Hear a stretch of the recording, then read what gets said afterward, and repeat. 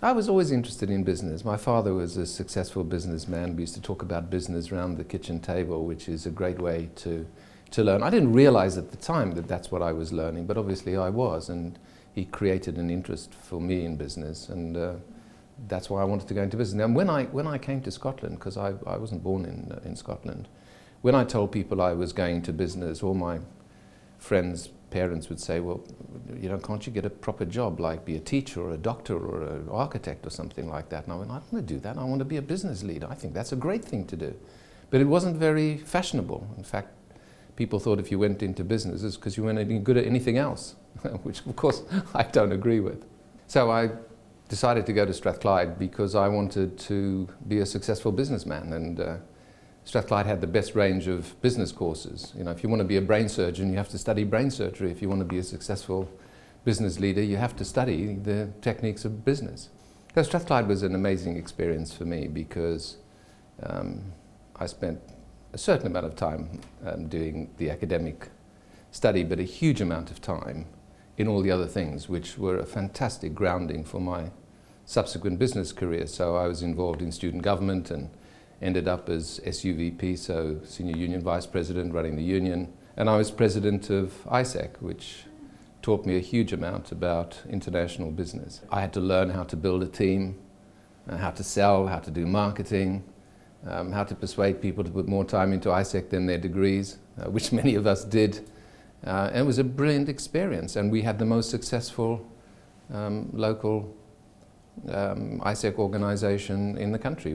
One of my earliest experience of business was selling cold drinks to the guys on a building site across the road, which we were very successful at. And then I realized that if I made them cold, I could increase the price, so I put ice in them.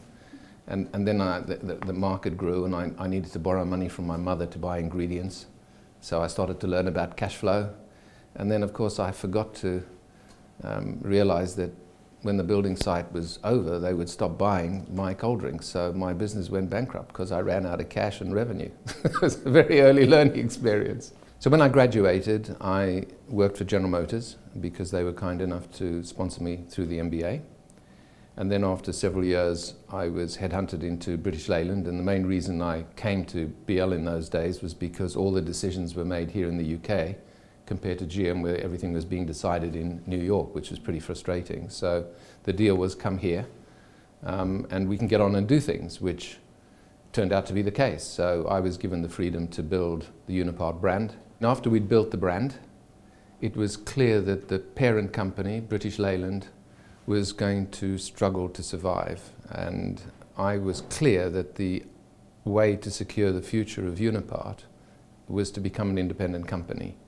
And so we spent several years planning the buyout because it was very difficult. It was unconventional. No one had ever done it before. There was huge opposition. One of the things I wanted to achieve was to give everyone in the company the opportunity of becoming shareholders if they wanted to.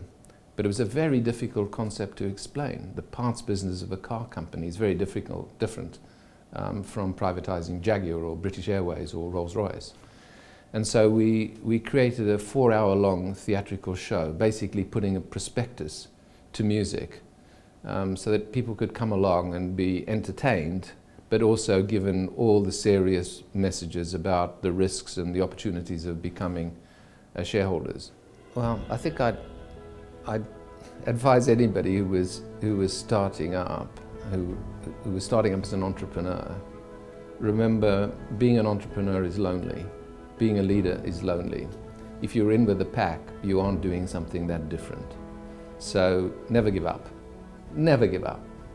If you can, find a good mentor. Find someone who's been there and seen it and done it, who is only interested in helping you. Not anything else, not an investor, just a mentor who will help you.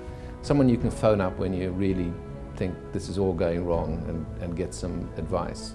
And the other thing is to recognize that none of it's easy. It's really hard. To become great at anything means you have to get up earlier than the other guys and girls and, you know, leave work or go to sleep later than the other guys and girls. Sometimes it's painful, hard work being successful.